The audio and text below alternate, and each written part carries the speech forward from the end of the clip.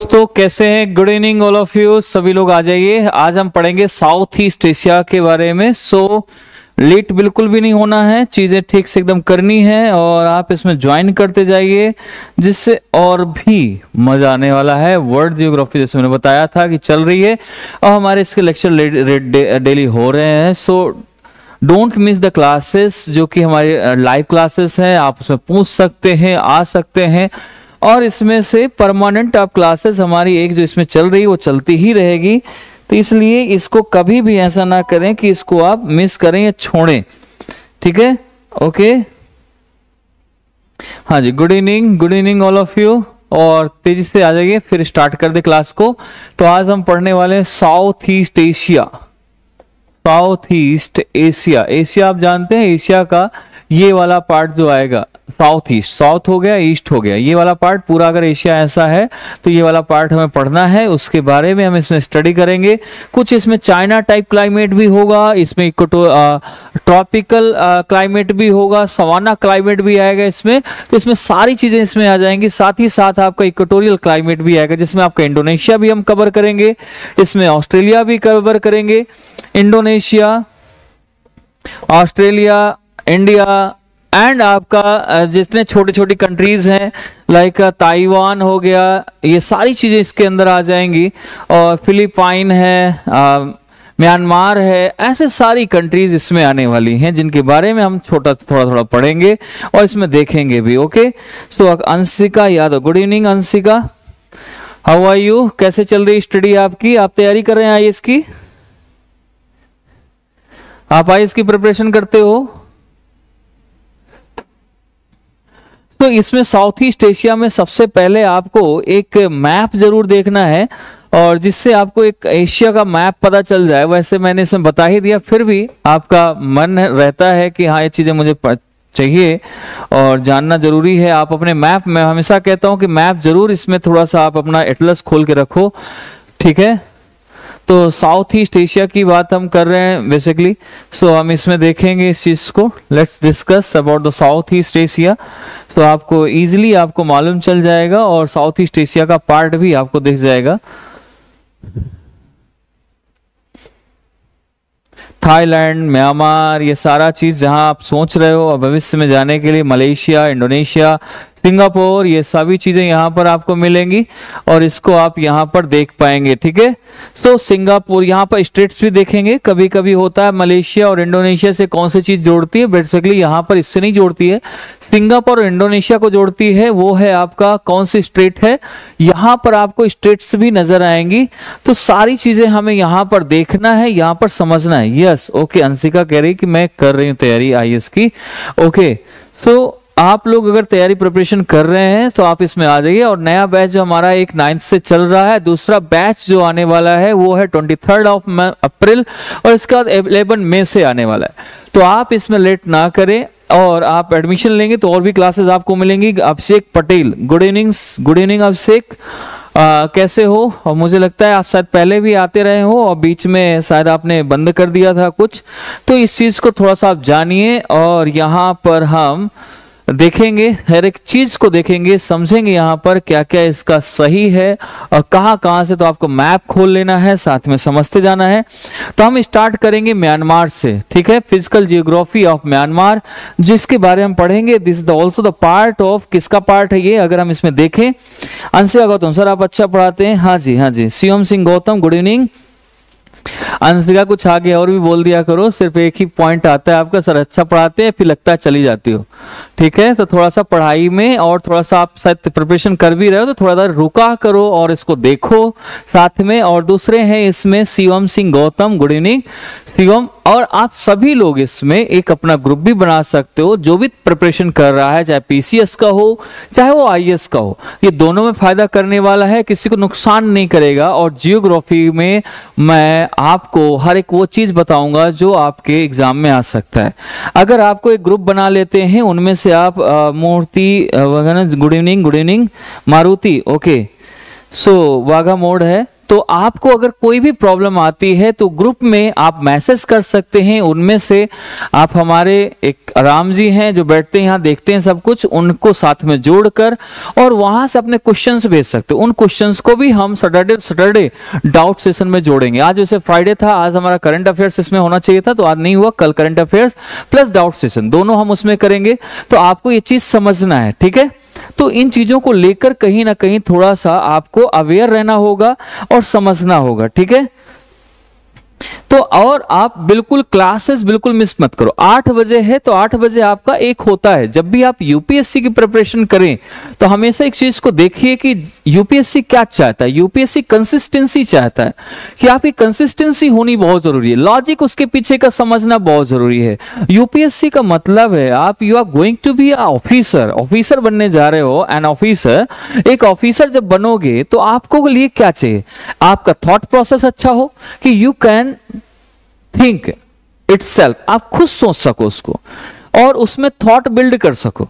साथ ही ये क्या करेगा कि आपको समझना जरूरी है उसके पीछे का लॉजिक। जैसे कि अगर कोई जियोग्राफी में पार्ट आ रहा है या फिर हिस्ट्री का पार्ट है या साइंस का पार्ट है, बेसिकली एवरीथिंग इज साइंस, सब कुछ साइंस है और उसके पीछे का कुछ ना कुछ लॉजिक है। जैसे कभी कभार जियोग्राफी में पढ़ते हो वोल्केनो आ रहा है या कहीं भी, आप कभी मनाली गए हो घूमने, मनाली कुल्लू मनाली नहीं गए होगे तो शादी के बाद जरूर जाओगे आप लोग। कई लोग हनीमून मनाने जाते हैं, कई लोग ऐसे घूमने जाते हैं गर्मियों में, अब समय आ गया है गर्मियों में भी घूमने जाते हैं। तो वहां पर क्या होता है,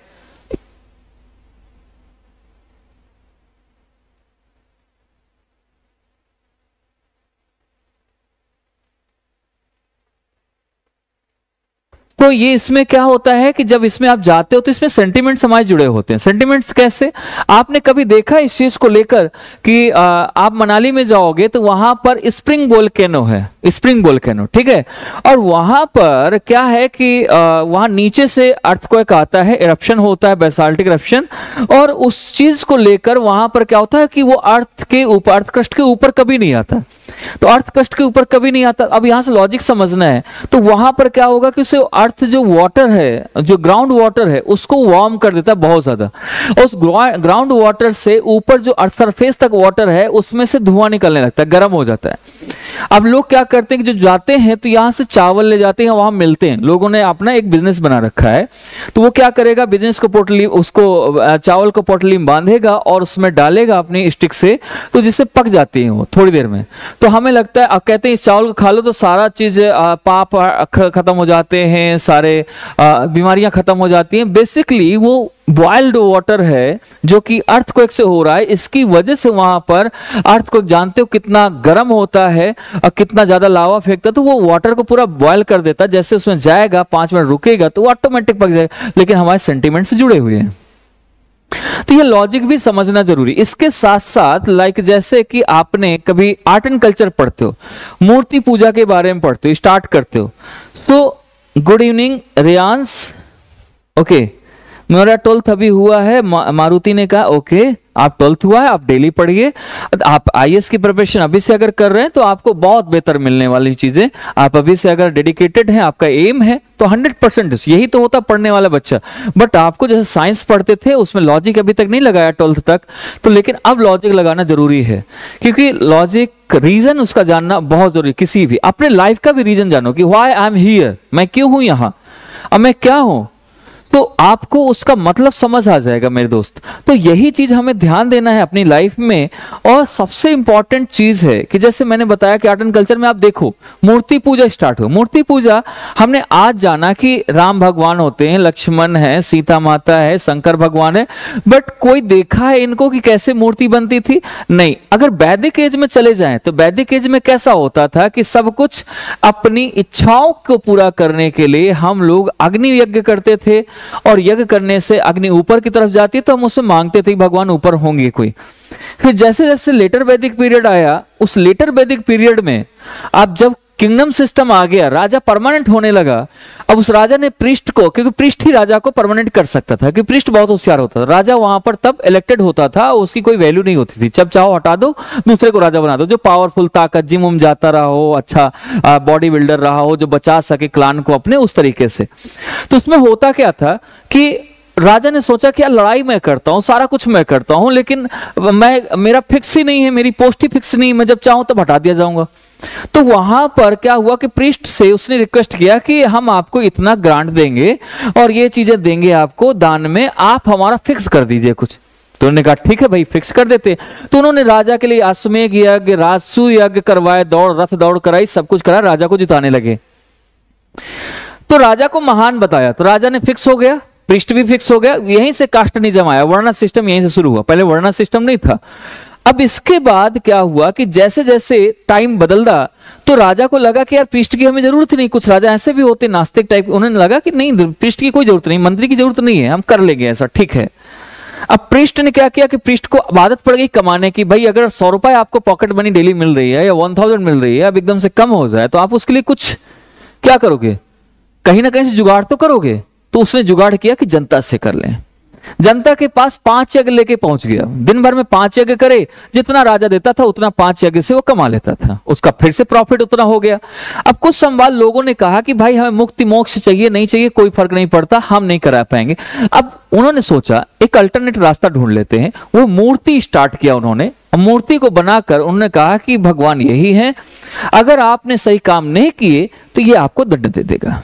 तो वो जो दंड देने वाला सीन है वो वहां से लॉजिक निकल के आया, वो फियर, डर बैठा दिया, जिसकी वजह से राजा वहां से वो प्रीस्ट जो है लोगों को डराने लगे और वहां से मूर्ति पूजा स्टार्ट हो गई। बेसिकली ये था रीजन मूर्ति पूजा की। वहीं से मूर्ति का एक हमने जैसा कि ग्रंथ में पढ़ा उसी हिसाब से एक मूर्ति तैयार किया कि कुछ ऐसा चेहरा रहा होगा, ऐसा हाथ पैर रहे होंगे, ऐसा ये इनका फेस रहा। उनके एटीट्यूड, उनकी एक कथा सुनने के, जातक कथाएं सुनकर उसका हमने एक इमेजिन किया चेहरा कैसा है। तो ये लॉजिक होता है कि यहां से शुरुआत हुई। अब इसके पीछे एक लॉजिक और है जो उन्होंने बोला स्वामी विवेकानंद ने। स्वामी विवेकानंद जी की अगर मैं बात कहूं आपको, तो स्वामी विवेकानंद जी ने, मैं आपको थोड़ा सा आज बता देता हूं स्वामी विवेकानंद जी ने क्या किया। स्वामी विवेकानंद जी को एक राजा ने बुलाया, बल्कि दयानंद सरस्वती कहते कि नहीं, मूर्ति पूजा बेकार है, इस्लामिक में भी मूर्ति पूजा बेकार है।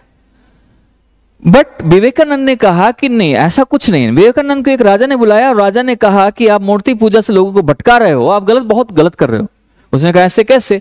तो वहीं पर राजा की एक पिताजी की फोटो लगी हुई थी। तो इन्होंने क्या किया, इन्होंने वही जग का पानी वहां रखा हुआ था राजा के सामने, इन्होंने जग का पानी उठाया और उनके फादर की फोटो के ऊपर डाल दिया। अब राजा नाराज हो गया कि भाई ये मेरे पिताजी की फोटो है और मैं इससे ऐसे नहीं कर सकते हो आप। उसने कहा ऐसे कैसे नहीं कर सकता हूं, इसमें कौन सी जान है भाई, आप कहते हो मूर्ति पूजा फोटो में कोई मतलब नहीं होता, तो आप क्यों परेशान हो रहे हो?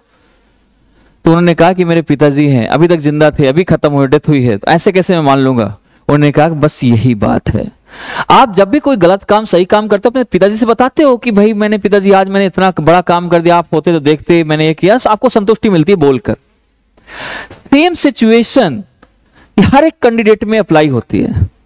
जब भी कोई पर्सन इसको क्या करता है कि जब भी कोई पर्सन किसी परेशानी में होता है या कोई बात होती है उसके अंदर जो कि ना अपने पेरेंट्स से बता सकता है, ना अपने दोस्त से बता सकता है, ना अपने कलीग से बता सकता है, तो वो क्या करेगा, फ्रस्ट्रेशन से मर जाएगा, हार्ट अटैक आ जाएगा, खत्म।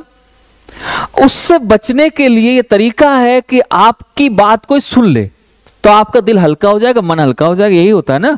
तो सेम सिचुएशन उन्होंने बताया कि अगर मूर्ति है, उस मूर्ति के सामने हम उसको विश्वास रखते हैं, बिलीफ है हमारा कि इसमें भगवान है, अब भगवान से बड़ा तो कोई है ही नहीं है, तो हम अगर उससे सारी चीजें कह देंगे मूर्ति को भगवान मानकर, तो हमारे मन की भड़ास निकल जाएगी और हमारा मन शांत हो जाएगा और हम मरने से बच जाएंगे। क्योंकि भगवान तो जवाब तो दे नहीं रहे कि भाई आपने बड़ा गलत काम किया है। मम्मी पापा से बताओगे तो 4 जूते और मारेंगे, दोस्त से बताओगे तो मजाक उड़ाएगा, कलीग से बताओगे तो वो आपका कहीं ना कहीं कमजोरी पकड़ लेगा। तो आप क्या करते हो, भगवान के पास जाते हो, उससे बोलते हो मूर्ति के सामने कि मैंने ऐसा ऐसा गलत काम किया, भगवान माफ करना, ये मेरी ऐसी समस्या है, इसको ठीक कर दीजिए, नहीं तो ऐसा ऐसा हो जाएगा। और आपको लगने लगता है, आप पॉजिटिव हो जाते हो उससे बोलने के बाद कि आप मैंने सब कुछ बोल दिया जो बोलना था, और फिर इसके बाद आप क्या करते हो कि आप शांति से घर जाते हो, आपको सुकून मिल जाता है। तो एक ये जरिया है अपना फ्रस्ट्रेशन निकालने का, अपनी चीजों को दूसरे से कहने का। तो ये चीज है इसमें। सर मेरे बैच लेना, मुझे बैच लेना, रिंकू यादव, ओके। कल हम दिल्ली आ रहे हैं ओके रिंकू यादव, आप दिल्ली आ रहे हो, आ जाओ, आप मिल लो। ओके ऋतिक, अच्छा रिंकू मैं समझ रहा हूं, ऋतिक यादव आप दिल्ली आ रहे हैं, आप आइए मिलिए, और इंस्टीट्यूट का एड्रेस भी इसमें दिया है, आप उसमें डिस्क्रिप्शन में जाएंगे आपको मिलेगा। तो आप इस तरीके से जब हम पढ़ते हैं, इस तरीके को लॉजिक समझते हैं कि व्हाई इट इज हैपनिंग, क्यों हो रहा है ऐसा, तो आपको उसका समझ आ जाता है कि हमें क्या करना है। यही तो आईएएस है, आपको जिला संभालना है। जिला तो बहुत छोटी चीज है, इसके बाद आप सेक्रेटरी लेवल पे जाते हैं, आप बड़े लेवल पे जानते हैं, deputy secretary, secretary, central secretary, ऐसे सेक्रेटरी, वहां पर जाने के लिए पहले आप एसडीएम, डीएम ऐसे करके खेलते हैं। तो ये कोई ऐसा नहीं है, आपके लिए बहुत समझदारी की चीज है आईएएस बनना। आईएएस किसी लिए, तो आईएएस की जब से तैयारी करते हो आपका लाइफ चेंज होना शुरू हो जाती है। आप कभी सोचा है ऐसा? आप जिस दिन से तैयारी करना शुरू कर दो आईएएस की, आपकी लाइफ चेंज होना शुरू हो जाएगी, आपके एटीट्यूड में बदलाव आ जाएगा, आप समझदार होना शुरू हो जाओगे, आप समाज से ऊपर उठ जाओगे। वो किसी भी, यहां कास्टनिज्म नहीं है, यहां पर एजुकेशन बताता है कि आप ऊपर उठ चुके हो, आप समझदार हो चुके हो, आप सोसाइटी को समझ पा रहे हो, आप लोगों को समझ पा रहे हो। आप अगर प्रीलिम सिलेक्शन हो गया तो समझो आप और ऊपर उठ गए। प्रीलिम्स से आप, प्रीलिम्स के बाद मेंस क्वालिफाई, इंटरव्यू निकल गए, आप सजे समाज में 80% आप उन लोगों में आ गए जो हाई थिंकिंग रखते हैं। सिंपल लिविंग, हाई थिंकिंग, सोचा ना, समझ रहे हो ना, तो हाई थिंकिंग में आ गए, आपका स्टेटस, आपकी थिंकिंग, आपके सोचने का नजरिया सब कुछ चेंज हो चुका है जब आप इंटरव्यू क्वालिफाई करते हो या इंटरव्यू तक पहुंच जाते हो। तो हमेशा इस चीज को समझिए कि आपकी लाइफ में कितना बदलाव लेकर चीजें आ रही हैं, तो हम उसको क्यों ना करें। ठीक है, तो इस चीज को भी हम ध्यान देते हैं, इस चीज को भी हम समझते हैं। ठीक है, चलिए अब आते हैं अपने बैच में, बहुत हो गया, अब इससे समझ जाओगे आपको। तो अब चलते हैं हम म्यांमार को सबसे पहले पढ़ेंगे। म्यांमार क्या है, म्यांमार के बारे में जाने, और साउथ ईस्ट एशिया में म्यांमार है, थाईलैंड है, ये सारा चीज पढ़ता है। ठीक है,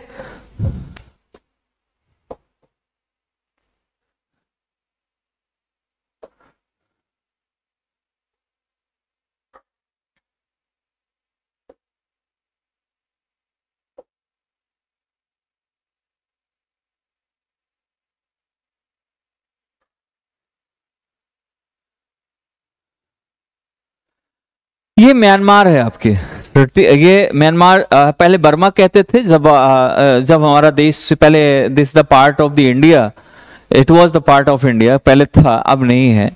और यहां से अभी अभी हाल ही में एक न्यूज भी रही है कि हमारे यहां से इंडिया और म्यांमार के बीच में एक बॉर्डर बनाई जा रही है।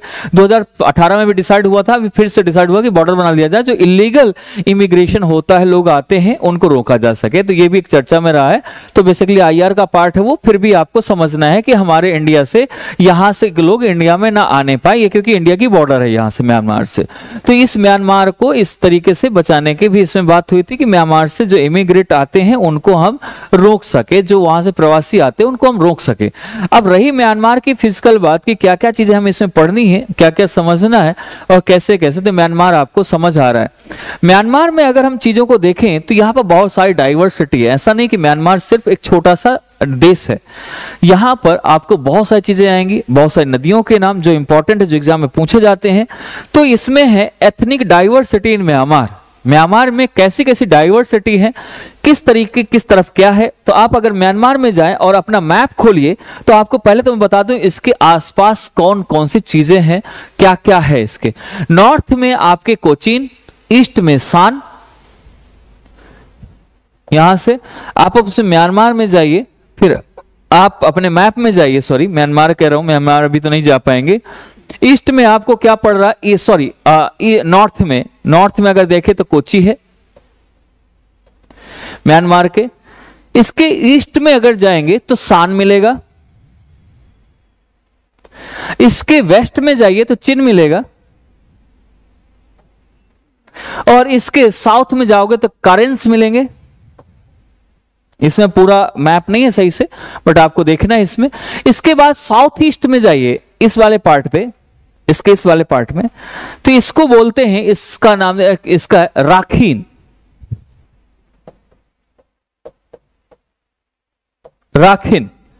और अब आता है नीचे का सेंट्रल ईस्ट। सेंट्रल ईस्ट में क्या, अब सेंट्रल में है बरमार, सेंट्रल में बरमार, और सेंट्रल ईस्ट की बात करें तो यहां कया है। ये इसकी एक थ्योरी है, कैसे कैसे ये लोकेटेड है।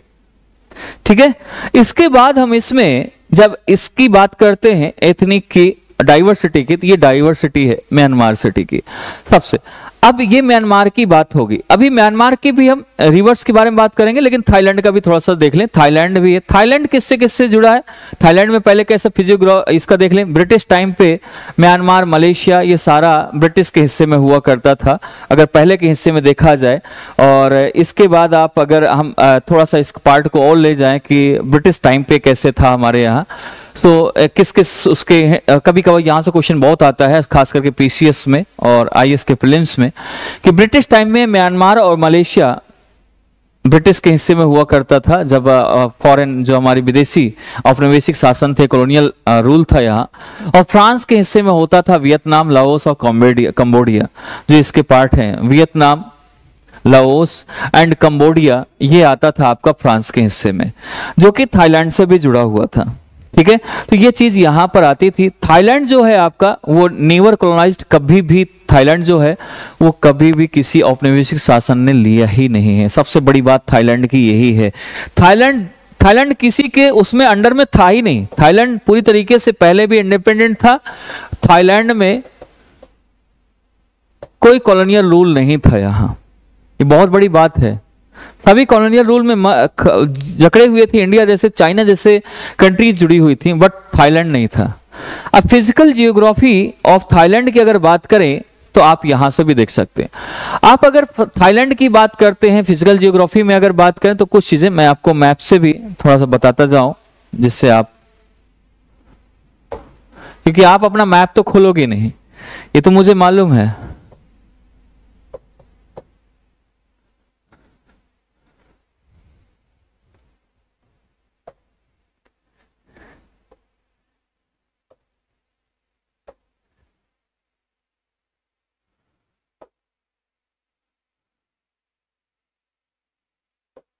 थाईलैंड,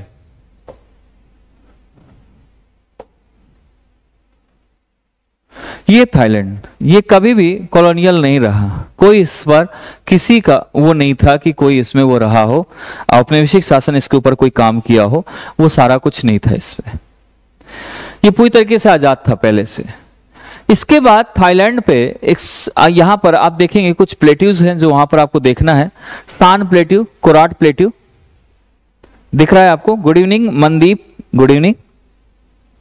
सान प्लेट्यू और कोराट प्लेट्यू। सान प्लेट्यू की अगर बात करें तो कैसे कैसे क्या क्या चीजें यहाँ पर रिसोर्सेस हैं और कैसे कैसे यहाँ पे कल्टीवेशन होते हैं, इन सभी चीजों के बारे में स्टडी करेंगे। लेकिन आपको सबसे जरूरी है कि आप अपना मैप जरूर खोल लें।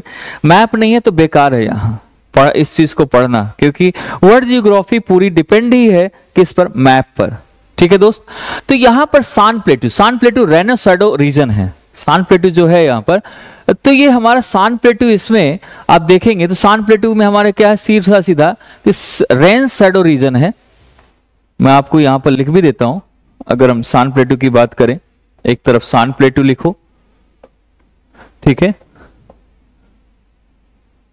नंबर दूसरे साइड आप लिख सकते हैं कोराट प्लेट्यू।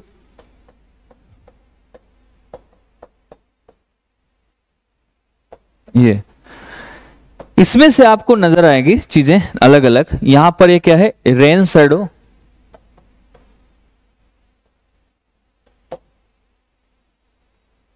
रीजन है नंबर 1। नंबर 2, यहां मिलेट, बाजरा अच्छा खासा होता है इस प्लेट्यू के पास। मिलेट की खेती बहुत अच्छी होती है, ठीक है, और ये फायदेमंद भी है, आज की डेट में बहुत जरूरी है। मोदी जी भी हमारे कह रहे हैं, बहुत लोग भी कह रहे हैं कि इसको करना चाहिए। दूसरा टिन, टंगस्टन, यहाँ जो रिसोर्सेस है, जो अलग अलग हमारे मेटल मिनरल से निकल रहे हैं, जैसे टिन है, टंगस्टन है, टंगस्टन, टिन, लेड, सल्फर,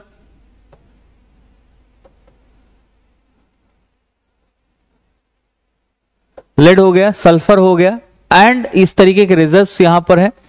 इसमें देखिए शिफ्टिंग कल्टीवेशन है, झूम खेती यहां पर अच्छी होती है, इसे हम शिफ्टिंग भी बोलते हैं, शिफ्टिंग कल्टीवेशन। इट मीन्स झूम खेती, नंबर 1। नंबर 2, रबर प्लांटेशन अच्छा खासा हो जाता है इधर। इसे बहुत ज्यादा ऐसे अलग अलग नहीं पढ़ने की जरूरत है, ऐसे ही सारा साउथ ईस्ट एशिया में सारा कवर हो जाएगा। निकल लेड जिंक का यहां रिजर्व है, निकल लेड जिंक रिजर्व से यहां, जिसको हम देख सकते हैं, समझ सकते हैं, ठीक है। और इसके बाद आप इसमें देखेंगे कि ये अब इसके बाद हमारा ये इसका पार्ट हो गया। अब फिलीपाइन में चले। फिलीपाइन के क्या, फिलीपाइन में अगर देखा जाए 7500 आइलैंड्स है फिलीपाइन में। इंडोनेशिया, फिलीपाइन, ये अब ये सारा जितना भी आपका जापान, ये सारे के साथ ताइवान, ये सब आइलैंड्स ही, आइलैंड टाइप से ही तो है, आइलैंड्स ही तो है, ये सारा बसा ही आइलैंड्स पे है। तो आपका फिलीपाइन में फिलीपाइंस हैज 7500 आइलैंड से बना हुआ है। मनीला लोकेटेड है, लार्ज आइलैंड है यहाँ का लुजोन, जो मनीला में राइस के लिए सबसे पहला जो रिसर्च सेंटर बनाया गया था वहीं से है। वहीं से हाइब्रिड बीज बनाए गए थे धान के, पैडी के, जिससे चावल अच्छी हो पाए। तो ये हमारा जो हरित क्रांति आई थी, सबसे शुरुआत चावल की लाई गई, तो वहीं से फिलीपाइन से, मनीला से ही आया था। सो बेसिकली हम अगर इसमें बात करें फिलीपाइन की,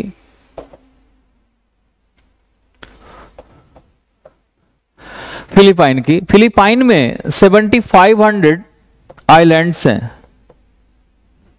एक तो नंबर 1 ये है।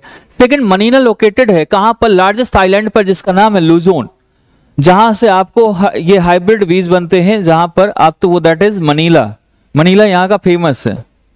आप वनीला मत समझ लें, वनीला फ्लेवर ले लें, वो नहीं है। Manila headquarter of Asia development bank and IRRI, ठीक है। तो ये हमारा मनीला एक हेडक्वार्टर भी है। किसका हेडक्वार्टर है अगर आप देखें तो हेडक्वार्टर ऑफ एशिया का माना जाता है, जहां डेवलपमेंट बैंक एंड IRRI इसका जो है हमारा इंटरनेशनल, तो उसके इसका हेडक्वार्टर है IRI। और आप एशिया का कह सकते हैं, एशिया का डेवलपमेंट बैंक का ये एक हेडक्वार्टर भी माना जाता है इसको, ठीक है। तो ये चीजें यहां पर आपको मिलती, तो ये हमारा उसमें एक क्यों इंपॉर्टेंट होता है, क्यों कुछ चीजें तो सभी जगह की इंपॉर्टेंट है, कहीं ना कहीं से लिया गया है पूरे वर्ल्ड में।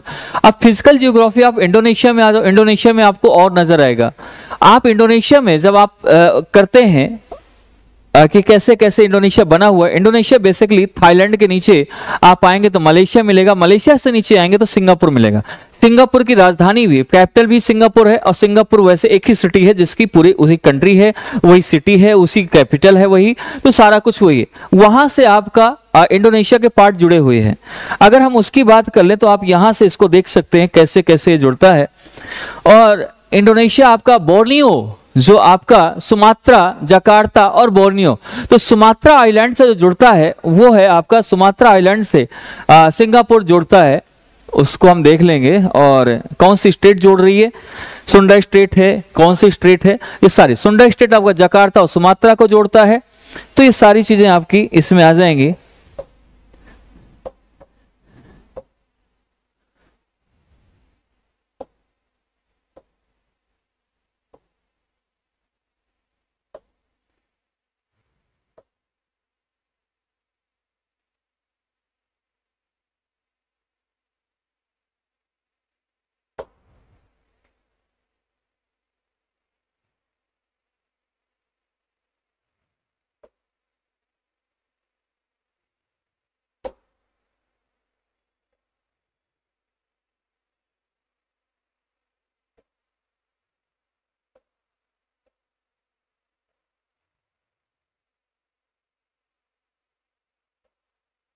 यहां पर अक्सर अर्थक्वेक आते रहते हैं, तो इस चीज को भी थोड़ा सा आपको समझना है कि अर्थक्वेक कैसे कैसे आते हैं और यहां पर क्यों आते हैं, ये चीजें आपको जाननी है, ठीक है।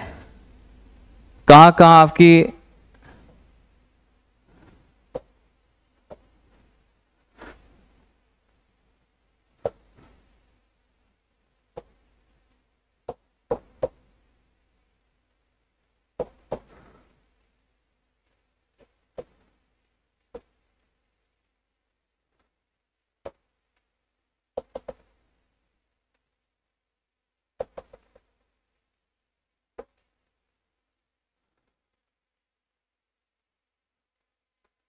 जिससे मैं आपको सही सारी चीजें क्लियर दिखा सकूं। तो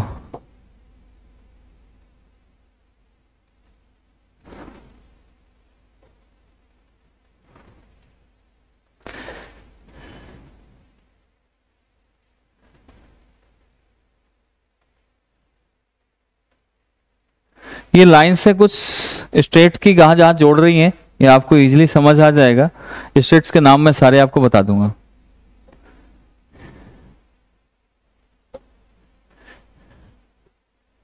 ठीक है,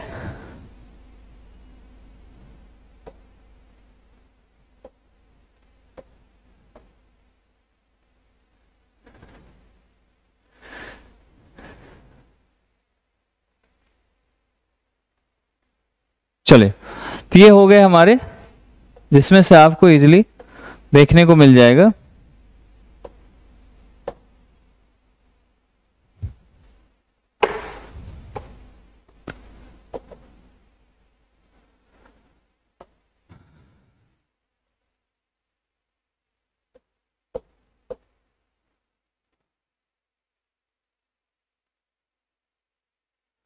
ये पूरा इंडोनेशिया। अब इस इंडोनेशिया को आपको समझना है, इंडोनेशिया किस किस कंट्री से जुड़ रहा है, किस किस उससे स्टेट से जुड़ रहा है। ठीक है, इन चीजों को देखेंगे और साथ ही साथ हम इसमें ये भी देखेंगे इसमें कि कौन कौन से आइलैंड है जो यहाँ के इंपॉर्टेंट है, कहाँ कहाँ वोल्केनो सबसे ज्यादा आता है, उन सभी चीजों को यहां से हम डिस्कस करेंगे जो आपको यहां दिख रहा है। ठीक है,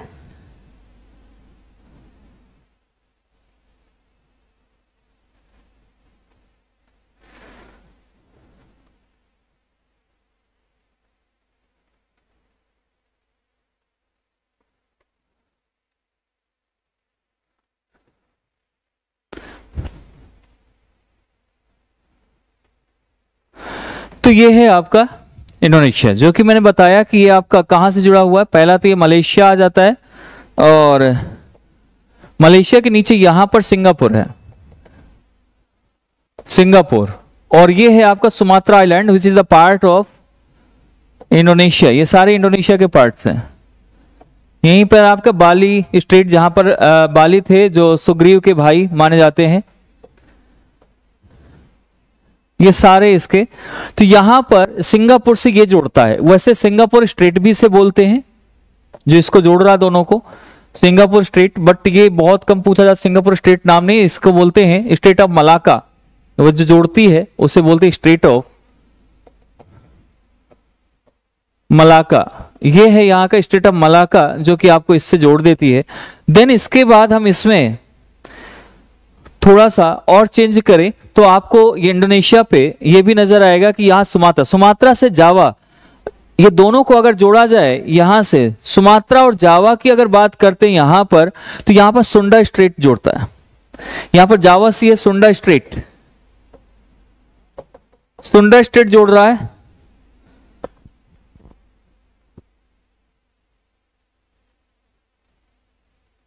तो सुंडा स्ट्रेट इसमें जोड़ रहा है। और इसके बाद जकार्ता हो गया, सुंडा स्ट्रेट, जैसे मैंने बताया कि यहां पर जकार्ता, जावा, जिसे हम जावा आइलैंड या जकार्ता कहें, जकार्ता भी कह सकते हैं इसको, ये। और आपका ये सुमात्रा, इसे बोर्नियो।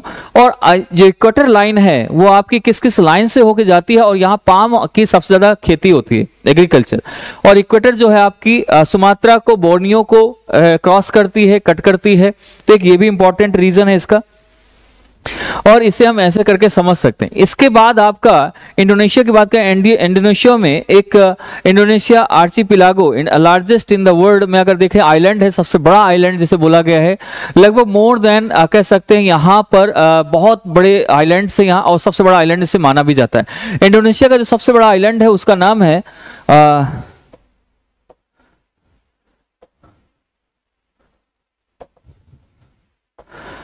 तो इसे कह सकते हैं आर्ची पिलागो, आर्ची पिलागो भी बोल सकते हैं, या फिर आप आर्ची कह दें।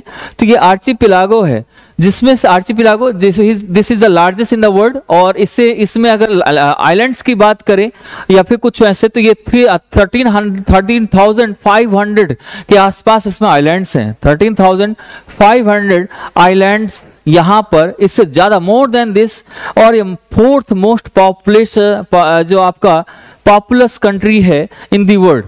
तो अगर देखा जाए फोर्थ मोस्ट पॉपुलस डेंसिटी के हिसाब से देखा जाता है। जावा जो इसमें है, जावा आप देख रहे हैं, ये जावा की अगर बात करें, जावा मोस्ट पॉपुलेटेड आइलैंड है इन द वर्ल्ड। अगर सबसे आइलैंड में अगर देखा जाए सबसे ज्यादा, तो आइलैंड में पॉपुलेटेड आइलैंड जिसमें सबसे ज्यादा जनसंख्या है वो है जावा। वर्ल्ड की सबसे ज्यादा आइलैंड ऐसा है जहां पर सबसे ज्यादा, वर्ल्ड की सबसे ज्यादा जनसंख्या यहां पर रहती है। फॉरेस्ट यहां पर क्या है, क्लियर्ड है फॉर रबर के लिए और ऑयल पाम प्लांटेशन के लिए यहां माना जाता है।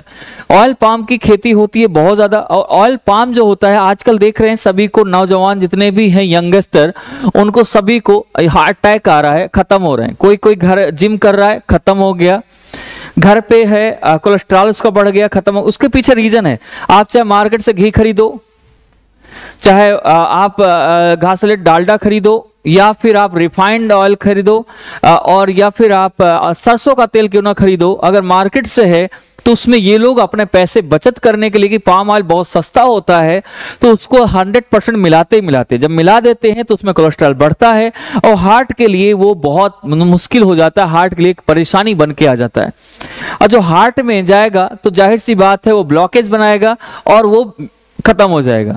या फिर हम स्टेरॉइड लेते हैं, स्टेरॉइड आप जानते हैं जो आप जिम वुम करते हैं वो लोग लेते हैं अलग से अपनी बॉडी बनाने के लिए, कि हम बहुत जल्दी एकदम दिखने लगे, डोले सोले ऋतिक रोशन बन जाए, अंडरटेकर बन जाए।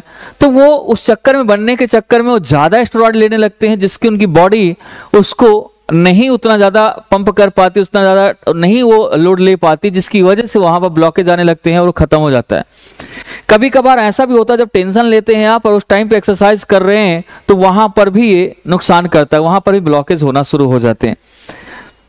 ठीक है, coffee is growing on volcanic mountain waste जावा में। आपके वेस्ट जावा में इस साइड, ये तो बाली हो गया, इसमें वेस्ट जावा अगर देखिए, ये तो जकार्ता है, सुमात्रा, तो इसमें वेस्ट जावा में देखा जाए यहाँ कॉफी प्लांटेशन अच्छा खासा। आप देखो कॉफी प्लांटेशन यहाँ से भी मिल जाएगा, जब हिस्ट्री पढ़ते हैं आप। हिस्ट्री में आप देखिए कि जब हिस्ट्री में ये लोग 1843 में सॉरी जब आए, और हमारा जो लैंड सिस्टम था, ट्रेडिशनल लैंड सिस्टम, ब्रिटिशर क्या किया, डिस्ट्रॉय कर दिया। जब डिस्ट्रॉय हो गया तो बाद में फिर जैसे कि आपका श्रीलंका से, इंडोनेशिया से, और साथ ही साथ अफ्रीका, सभी जगह से जो प्लांटर्स थे जो लगाते थे उनको बुलाने के लिए बात होने लगी। तो यहाँ से भी लोग गए थे यहाँ पर कॉफी के लिए, क्योंकि भारत में ऐसा है। तो वोल्केनिक माउंटेन है वेस्ट जावा, यहाँ पर कॉफी अच्छी खासी होती है, कॉफी के लिए जाना जाता है ये एरिया। तो ये एक पार्ट है इसका। एंड आप इसमें और भी चीजों को लेके अगर देखें फिर ये चीजें तो आपकी यहाँ से, और ये सबसे ज्यादा यहाँ वोल्केनिक इरप्शन होता है, यहाँ पर अक्सर होता रहता है। तो यहाँ के लोगों के लिए यह आम बात हो चुकी है देखना, और वो खड़े खड़े आराम से देखते रहते हैं, उनके लिए कोई फर्क नहीं पड़ता। बट अपने यहाँ देखें तो हम हिल जाएंगे, बट वहां पर है ऐसा। और अब चलते हैं हम थोड़ा सा मलेशिया की तरफ चले। मलेशिया घूमने गए हो कभी? मलेशिया मन करता तो होगा, मलेशिया जाना है मुझे।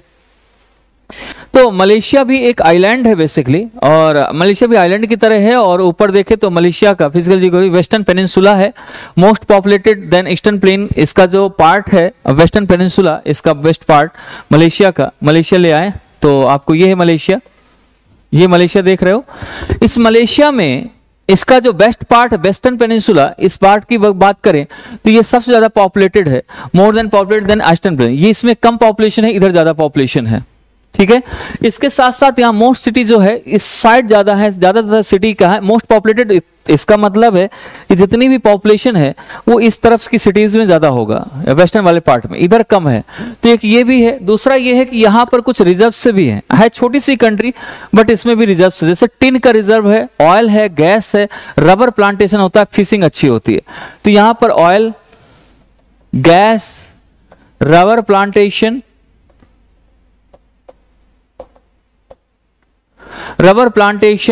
और फिशिंग, ये सारी चीजें यहाँ पर होती हैं। तो हम इसको भी इसमें रख सकते हैं, तो ये भी इसका पार्ट आ जाता है और ये चीजें इसमें दिखाई देती हैं। ठीक है, तो यहाँ का रिजर्व है इसमें। अब इसके बाद चलते हैं सिंगापुर। सिंगापुर को जैसे मैं बताया कि सिटी स्टेट है, सिटी है वही स्टेट है वही सब कुछ है, हाईएस्ट पॉपुलेशन डेंसिटी है इन द वर्ल्ड। वर्ल्ड में अगर डेंसिटी के हिसाब से देखा जाए सबसे ज्यादा है। और यहाँ पर खास बात है कि पॉपुलेशन को, वो पोल्यूशन को बड़ा ध्यान में रखते हैं ये लोग ऐसे नहीं है कि आपको यहाँ पर गाड़ियां पोल्यूटेड ना होने की वजह से गाड़ियों को इतनी महंगी कर रखी है कि अपने यहाँ 4 गाड़ियां आ जाएंगी एक गाड़ी खरीदने पे। जितने में अपने यहाँ BMW मिलती है उतने में वहाँ अल्टो मिलती है, ठीक है। तो वहाँ की अल्टो बड़ी महंगी है, क्योंकि इसलिए कि महंगा रखेंगे तो लोग कम खरीदेंगे, तो जो पोल्यूशन है वो बहुत कम होगा। तो ये है बेसिकली यहाँ पर सिंगापुर की अगर बात करें, सिंगापुर यहाँ पर है। और सिंगापुर में एक लार्ज डेंसिटी बहुत ज्यादा है लोगों की, जितनी जगह कम है लेकिन लोग ज्यादा है, यहाँ पॉपुलेटेड है, वर्ल्ड की सबसे ज्यादा हाईएस्ट पॉपुलेशन डेंसिटी वाला ये सिटी है। और इसी में इसे हम ये भी कह सकते हैं पोर्ट ऑफ कॉल भी बोलते हैं इसको। क्या बोलते हैं? Port of call. एक तरीके से पोर्ट जैसा ही है, और बट इसे हमने मान लिया है ऐसा। और इसके बाद हाईली एजुकेटेड लेबर है यहाँ पर पूरे अगर वर्ल्ड की देखा जाए तो जो एमएनसी कंपनियां, ज्यादातर एमएनसी कंपनी अपना हेडक्वार्टर ये ज्यादा लेबर जहां से उठाती है तो ये सिंगापुर से उठाती। सिंगापुर में जितने भी लेबर भी है ना वो भी बहुत पढ़े लिखे इंजीनियर्स घूम रहे हैं लेबर के रूप में। तो यहाँ पर हाईली एजुकेटेड लेबर फोर्स है यहाँ पर, जो कि अट्रैक्ट करती है लोगों को, और यहाँ पर ऐसे काम होते हैं।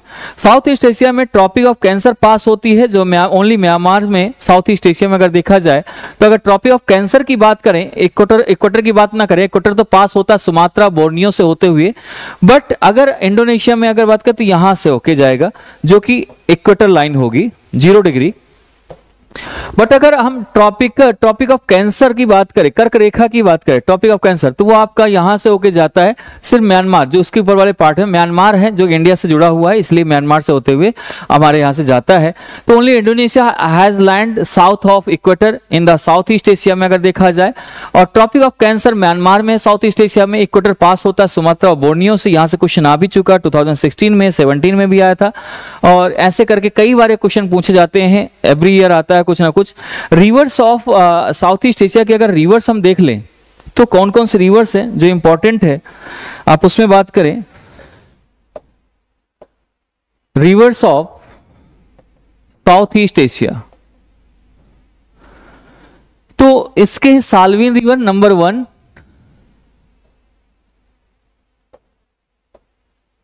Number 2 Irrawaddy, number 3 Mekong, number 4 ये आप म्यांमार से होते हुए आएंगे, सभी आपको मिलती है चाओ फ्रेया।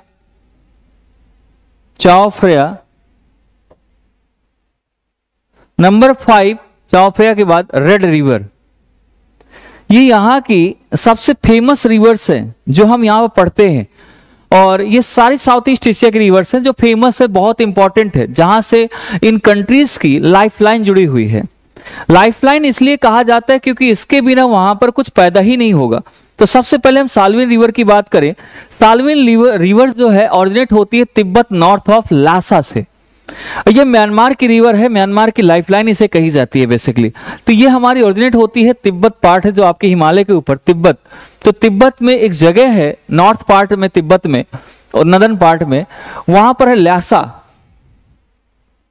ल्हासा इसे बोलते हैं। तो जो ल्हासा है, ल्हासा यहां से ओरिजिनेट होती है ये रिवर, और ये रिवर लार्जेस्ट रिवर कही जाती है म्यांमार की। किसकी? म्यांमार की लार्जेस्ट रिवर में से एक रिवर मानी जाती है, and drains into gulf of Mottama. Mottama gulf तक ये आपका कह सकते हैं मारबट, ये आप इसमें जो आपका गल्फ बना हुआ है म्यांमार के नीचे एक गल्फ आता है जिसे बोलते हैं गल्फ ऑफ मोटम्मा। म्यांमार की गल्फ है गल्फ ऑफ मोटम्मा। तो ये चीज इसमें आ जाए, मोटम्मा आ जाती है, जहां से ये कह सकती है ड्रेन होती है, इसमें गिरती है। इसे दूसरा भी नाम दिया गया आज की डेट में, इसे बोलते हैं मार्ताबन, मार्टबन कह सकते हैं, मार्टबन इसे नाम दिया गया दूसरा। तो यहां पर ये ड्रेन होके गिर जाती है। अब इसके बाद दूसरी आती है रिवर जो इससे इंपॉर्टेंट है, इरावदी, जिसका हमने नाम लिया इरावदी। इरावदी भी लाइफलाइन के उसमें जोड़ी जाती है, लाइफलाइन मानी जाती है इसको। इरावदी की अगर बात करते हैं तो यहां से इरावदी रिवर ओरिजिनेट होती है विद इन म्यांमार, है तो ये भी म्यांमार से, बट ये भी हमारी म्यांमार के अंदर ही ये क्या हो जाती है, इरावदी रिवर निकलती है और म्यांमार के अंदर ये दो टू हेडेड है।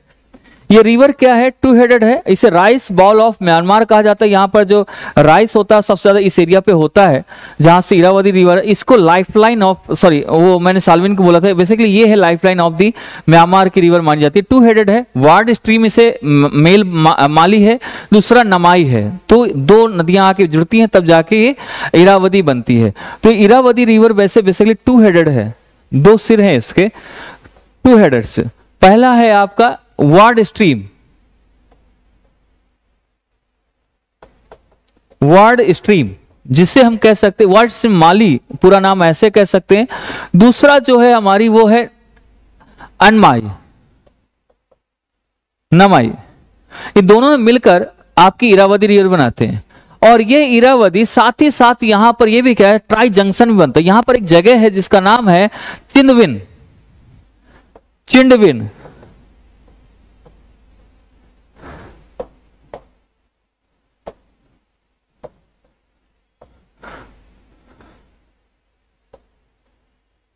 ये ट्राई जंक्शन है, यहां से तीन जगह की रास्ता है। कौन सा से? पटकाई बम मणिपुर, ये तीन जगह का आप इसमें कह सकते हैं। ये यहां से तीन जगह का ट्राई जंक्शन यहां पर बनता है। चिदविन हो गया, पटकाई बम हो गया और आपका मणिपुर हो गया। इन तीन की लगे ये जगह बनाती है। यहां से ये इधर से पड़ता है, यहां से पटकाई बम हो गया प्लस आपका मणिपुर हो गया। तीनों जगह का ये बनाती है जहां से लोग घुसते भी, एंटर भी करते हैं हमारे इंडिया में। तो ये भी पार्ट इसके हम कह सकते हैं, इसको बोल सकते हैं। ठीक है,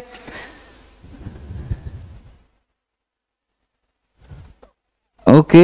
एक नीलम पटवा ने कहा गल्फ, यस,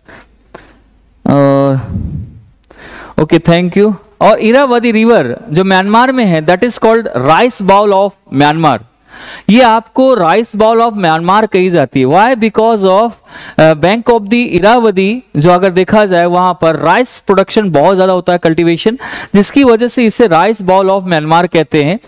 और इसमें टीक ट्री के लिए म्यांमार ज्यादा फेमस है। किसके लिए? Teak tree. अपने यहां इसे साल ट्री कहते हैं, वहां पर टीक ट्री कहते हैं। और माउथ ऑफ इरावदी के पास अगर देखा जाए, जहां से इरावदी गिरती है, अगर इरावदी रिवर की माउथ पे देखे तो वहां पेट्रोलियम रिजर्व्स भी है। पेट्रोलियम रिजर्व्स है, टंगस्टन है, लेड है, सिल्वर है, जिंक है। क्या क्या है? तो mouth, at the mouth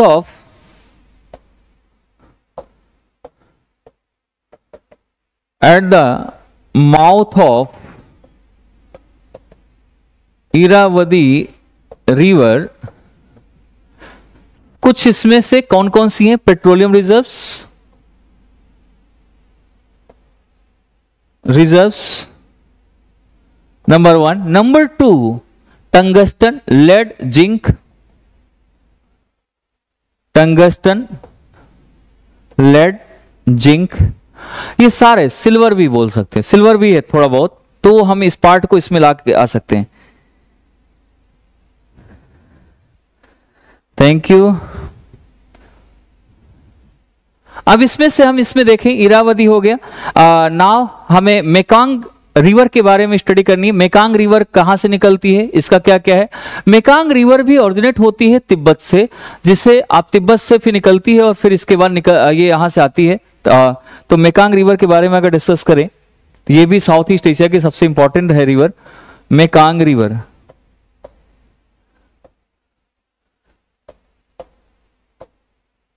Mekong river, तो ये कहां से ओरिजिनेट होती है? बेसिकली तिब्बत से, तिब्बत से रिलेटेड होती है। और ये साथ ही साथ बाउंड्री भी बनाती है। किसकी बाउंड्री बनाती है? Boundary between the Myanmar and Laos and Thailand. ये तीन जगह की, लाओस की, म्यांमार, लाओस एंड थाईलैंड की ये बाउंड्री भी बनाती है। ऐसी एक रिवर है जो कि तीन बाउंड्री बनाती है, म्यांमार, लाओस एंड थाईलैंड। तो ये तीन जगह बनाती है। और डेल्टा है यहां पर, जो इसका डेल्टा है कोचिन चाइना पर, delta of Mekong known as Cochin China के नाम से जाना जाता है। जो डेल्टा यहां पर बनाती है, जो रिवर में गिरती है, तो वो सॉरी उसमें इंडियन ओशियन में, तो दैट इज कॉल्ड उसका, इसका अगर मेकांग रिवर का क्या डेल्टा, जो अपना जितना भी यहां पर सेडिमेंट्स लेकर आती है, ये सेडिमेंट्स उसको यहां पर डालेगी तभी डेल्टा बनेगा। क्योंकि लंबी रिवर है, जिसकी डिस्टेंस ज्यादा दूरी होगी वही डेल्टा बनाती है, तो डेल्टा आएगा। इस डेल्टा को डेल्टा ऑफ मेकांग रिवर का क्या कहलाता है? That is called Cochin China. Cochin China, that is called Cochin China. अगर कहीं पूछ ले डेल्टा का नाम या कुछ ऐसा, तो आपको इस चीज के बारे में बताना है, ठीक है। इसके बाद हमारा, जैसे कि मैंने रिवर्स के बारे में, मेकांग रिवर का लॉन्गेस्ट रिवर है साउथ ईस्ट एशिया की, ये जो हमारी है basically Mekong river, the longest river of the south east Asia and it's also life line of Cambodia. Cambodia की लाइफ लाइन है, अगर ये नहीं होती तो शायद कंबोडिया में जीवन यापन करना मुश्किल हो जाएगा, लोग वहां पर खा नहीं पाएंगे और जीने के लिए कुछ नहीं रहेगा उनके पास, है ना। यही एक ऐसा सहारा है जहां से ये पैदा होती है। It is the valley for its valley is famous for the rice cultivation, जिसकी वैली बनी हुई है, इसमें वैली एक बनती है जो कि राइस कल्टिवेशन के लिए, जहां से पानी स्टोर हो जाता है, जिसकी वजह से राइस का प्रोडक्शन अच्छा हो जाता है। तो ये राइस प्रोडक्शन के लिए बहुत अच्छी फेमस भी है इसकी वैली। तो मेकांग वैली की अगर बात करें, it is famous for rice cultivation. Okay, so ये चीजें हमें इसके बारे में जानना है। एंड चाओ प्रया रिवर की अगर बात करें, तो हम लाइफ लाइन ऑफ थाईलैंड उसे बोलते हैं, ठीक है। Chao Phraya river is life line of Thailand, जैसे ये है वैसे उसकी भी बात कर सकते हैं। चाओ फ्राया, तो this is the life line of Thailand and this is also known for the navigable. ये बहुत नेविगेबल है, यहाँ से बहुत ज्यादा हमारे आना जाना, एक्सपोर्ट इंपोर्ट बहुत ज्यादा होता है। राइस कल्टीवेशन के लिए भी फेमस है एंड टीक फॉरेस्ट इसके लिए, इसके बैंक में, इस रिवर के किनारे किनारे, एक तो मैं नाम ऐसे लिख देता हूँ। नंबर 1 चीज इसकी क्या फेमस है, तो ये लाइफ लाइन है, किसकी? Life line of Thailand. Number 2 important इस रिवर की है, राइस कल्टीवेशन के लिए बहुत फेमस है, और इसकी राइस कल्टीवेशन खेती के लिए, बट इसके किनारे बैंक में जो है बैंक, यहाँ पर टीक फॉरेस्ट के लिए भी फेमस। यहाँ टीक फॉरेस्ट यहाँ पर इसके किनारे पर होता है, तो आप इस चीज को भी यहाँ पर रख सकते हैं, इसके किनारे किनारे सारा ये आ जाएगा, ठीक है। एक तो ये चीज हो गई। इसके बाद हम इसमें रेड रिवर की बात करते हैं, जिसका दूसरा नाम होंग भी कहते हैं। रेड रिवर जैसे मैंने अभी इसके पहले बताया था कि कहां से है, तो वहां से अगर बात करें रेड रिवर की अगर बात करते हैं, तो रेड रिवर का दूसरा नाम होंग है। ओरिजिनेट फ्रॉम द यूनान प्लेट्यू, चाइना में पड़ता है, वहां से ये निकलती है और इधर नीचे साइड आ जाती है साउथ ईस्ट एशिया पे। तो अगर हम इसकी बात कर लें, रेड रिवर चाइना वाला जब मैंने पार्ट पढ़ाया था उसमें आपको समझ आया होगा। तो ये ओरिजिनेट होती है, कहां से ओरिजिनेट हो रही है, तो बेसिकली ये ओरिजिनेट हो रही है आपकी यूनान प्लेट्यू, चाइना, ठीक है। इसको ध्यान में रखना, क्योंकि ऐसा ना हो कि आप इस चीज को बिल्कुल भी भूल जाएं कि ये यहां चाइना से कैसे निकल सकती है। इसका दूसरा नाम होंग है, ठीक है। यहां से ओरिजिनेट होती है, ये चाइना में पड़ता है और ये ड्रेन करती है into the gulf of token में, वहां गिरती है। कहां पर गिर रही है? गल्फ ऑफ टॉकिन या टोंकिन, गल्फ ऑफ टोंकिन कहते हैं इसको। यहां पर ये रिवर गिरेगी और ये कैरी करती है, अक्सर ये अपने साथ लेती है इरेगुलर वॉल्यूम ऑफ वाटर। ऐसा नहीं है कि इसमें एक ही जैसा पानी परमानेंट बहता है, कभी ये ज्यादा आता है पानी, कभी कम, बट ये लार्ज अमाउंट में सिल्ट लेके जरूर आता है। वाटर के साथ साथ लार्ज अमाउंट में सिल्ट यानी सेडिमेंट्स लेकर बहुत ज्यादा आता है ये अपने साथ साथ। तो यहां से ये कह सकते हैं लार्ज अमाउंट में सिल्ट लेके आती है ये रिवर, तो ये इसकी एक वो है, लार्ज अमाउंट में सिल्ट लेके आएगी। क्योंकि ये ज्यादा, अगर ज्यादा वाटर वॉल्यूम ऑफ वाटर लेके आती है तो ज्यादा सेडिमेंट्स भी आएगा, कभी कम हो गया बट सिल्ट उसका इकट्ठा होता जाता है। एंड इसे हम दूसरा आउटपोर्ट बोलते हैं हनोई का, लोकेटेड ऑन इट्स डेल्टा पे लोकेटेड है, इसके डेल्टा पे लोकेटेड है, वो जिसे नाम है हाईफोंग।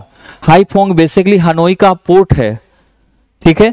तो इस चीज को थोड़ा सा जो है हाईफोंग, तो Haiphong this is located on Hanoi, Hanoi है, हनोई पे लोकेटेड है और ये उसका डेल्टा भी अपने बनाती है, जो ये रेड रिवर है, और उस डेल्टा का ही नाम इस आउटपोर्ट के नाम से भी जाना जाता है, जिसका नाम है हाईफोंग, ठीक है। तो ये है। नीलम पटवा ने कहा है सर मैपिंग की क्लासेस भी स्टार्ट करिए। तो बेसिकली पहले आप इसके साथ इसको पढ़िए मैपिंग को, फिर अलग से मैपिंग क्लास कराएंगे।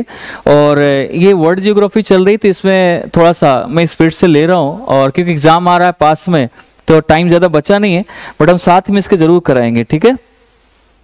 8 बजे डेली क्लास होती है। अगर आप इसमें आते जाएं तो आपको अब कौन कौन से रिवर के किनारे कौन सी सिटी बसी हुई है उसके बारे में देखेंगे, ठीक है। तो इसके लिए हम कल क्लास लेंगे और फिर इसके बाद हम क्लाइमेटिक रीजन्स इसके पढ़ेंगे, monsoon pattern in south east Asia इसको पढ़ेंगे। तो इसके कल हम क्लास करते हैं इसके। Okay guys, thank you, bye bye, मिलते हैं आपसे कल सिटीज के बारे में, क्लाइमेटिक रीजन्स के बारे में। अब इसकी एक क्लास बाकी है, एक क्लास के बाद ये कंप्लीट होगा हमारा। और नेक्स्ट जो पार्ट होगा हमारा साउथ ईस्ट एशिया के बाद, आपके मैंने वैसे लिखा रखे हैं इसमें, south east Asia, west Asia पढ़ेंगे, फिर आपका साउथ पढ़ेंगे कंप्लीट, फिर इसके बाद अफ्रीका, ऑस्ट्रेलिया एंड न्यूजीलैंड, ये छोटे छोटे पार्ट्स हैं। यूरोप थोड़ा बड़ा है जिसको हम थोड़ा सा बड़े उसमें लेके चलेंगे, और नॉर्थ अमेरिका भी इसका बड़ा है, साउथ अमेरिका तो बहुत छोटा सा पार्ट है, तो इसको हम करेंगे यहाँ से, ठीक है। ओके, मिलते हैं आपसे कल। Thank you. ट्रेवलर गर्ल ने कहा है thank you sir. Okay, thank you all of you. आप 8 बजे शाम को इवनिंग में डेली रहिए तो और मजा आएगा। अगर स्टार्टिंग से क्लास लेंगे तो लास्ट तक में एक अलग ही माहौल बन जाता है और आपको समझ आती हैं चीजें, क्योंकि बीच में आएंगे तो पहले की चीज छूट गई होगी, तो बेसिकली वो पूरी तरीके से समझ आएगा। ओके गाइस, सो इसको बहुत मेहनत से आपको पढ़ना है, इसको एक एक अपनी नोट्स बनाते जाएं। If you have any doubts then you have to write on the doubt notes, please make your doubt notes and please ask on Saturday. Saturday को डाउट सेशन होगा तो उसमें आप पूछ सकते हैं और सारी चीजें कर सकते हैं। Current affairs and doubt session हम इसमें लेंगे तो उसमें भी क्वेश्चन पूछ सकते हैं from any subject, anything else you can ask. Okay, हाँ, Anshika Yadav thank you. Okay, अगर आपके अंदर कोई क्वेश्चन हो, डाउट हो तो आप मुझसे पूछ सकते हो। अगर आपने इतने पढ़ने में या आप घर में पढ़ रहे हो कुछ डाउट्स है तो अभी भी पूछ सकते हो। During the class if you have any doubts तो you can ask end of the class. तो जैसे क्लास एंड होती है तो उस टाइम पर आप मुझसे हमेशा डाउट्स अपने पूछ सकते हैं, तो आप अभी भी पूछ सकते हैं। कोई डाउट तो नहीं है आप लोगों को? है जी, है कि नहीं?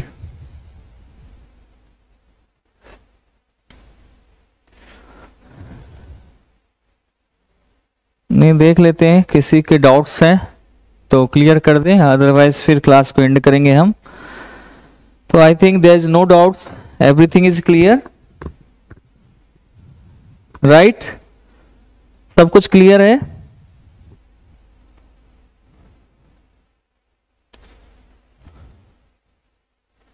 तो डाउट सेशन होगा ना तो उसमें पूछ लेंगे। अंशिका यादव ने कहा ओके, कल हम लेंगे। लेकिन फिर भी अगर क्लास के दौरान अगर उससे डाउट से रिलेटेड, क्लास से रिलेटेड, तो आप पूछ सकते हैं। बाकी जो हमारा डाउट सेशन होगा उसमें आप कुछ भी पूछ सकते हैं, हिस्ट्री, ज्योग्राफी, पॉलिटी, इकोनॉमी, किसी से रिलेटेड आप पूछ सकते हैं उसमें से, ठीक है। ओके गाइस, और इसके साथ साथ हम आपकी एक क्लास और लेके आने वाले हैं, साइंस एंड टेक प्लस आपका आर्ट एंड कल्चर, तो उसको भी आप देखेंगे, वो भी आपकी बहुत, उसका टाइमिंग हम बता देंगे आपसे। Okay guys, thank you, bye bye, take care.